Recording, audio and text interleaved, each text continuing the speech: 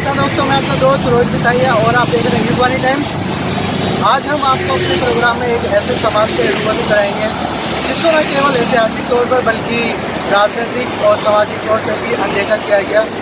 जी हाँ, हम यहाँ पर बात कर रहे हैं सासी समाज की। सासी समाज एक ऐसा समाज जिसने इतिहास में अपने साहस और प्रतिभा का परिचय तो कराया है, लेकिन इतिहास के पन्नों में अपना दर्ज कराने के लिए थोड़ा उसको संघर्ष करना पड़ रहा है। जी हाँ, हम बात कर रहे हैं सासी समाज की। आइए दिखाते हैं कि ऐसा क्या कारण है जिसकी वजह से सासी समाज को अभी तक अनदेखा किया गया है। सदियों से समाज का एक बड़ा तबका आपराधिक समझा जाकर समाज की मुख्य धारा से वर्षों से कटा रहकर पीड़ित और अपमानित आपराधिक जीवन व्यतीत करता रहा है। यहाँ हम बात कर रहे हैं सांसी जाति की।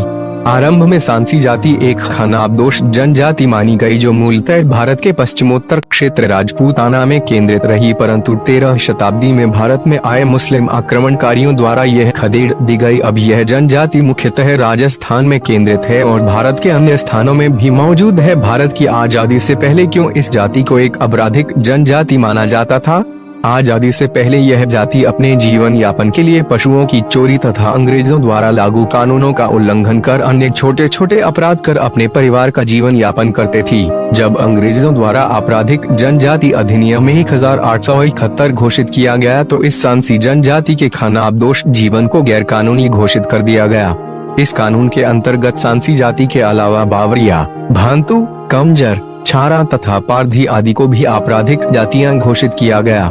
आजादी के बाद 1952 में इन जनजातियों को अपराधी मानने वाला कानून तो बदल गया, लेकिन समाज के कुछ लोगों का नजरिया आज भी इनके प्रति वैसा है। हालांकि मैं मानता हूं कि इस समाज के कुछ लोग आज भी गैरकानूनी व्यवसाय कर अपना जीवन यापन कर रहे हैं, परंतु कुछ लोगों के आधार पर संपूर्ण सांसी जाति को आपराधिक समझना अथवा संबोधित करना न्याय की दृष्टि से अनुचित है। मैं आपको बताना चाहता हूं कि स्वतंत्रता के बाद सांसी समाज को अनुसूचित जाति तथा अनुसूचित जनजाति आदेश संशोधन अधिनियम 1956 द्वारा अनुसूचित जाति के रूप में मान्यता दी गई और समय के साथ साथ समाज के युवा अपनी प्रतिभा के बल पर अपने समाज का नाम न केवल देश में अपितु विदेशों में भी रोशन किया है। आज हमारे पास ऐसे अनेक युवाओं के उदाहरण मौजूद हैं जो किसी आपराधिक गतिविधि के स्थान पर देश और समाज का नाम रोशन कर रहे हैं। एक हरियाणा की सांसी समाज की बेटी साहिबा सांसी ने वर्ष 2018 में खेलो इंडिया स्कूल में भारत के लिए गोल्ड मेडल जीता। 2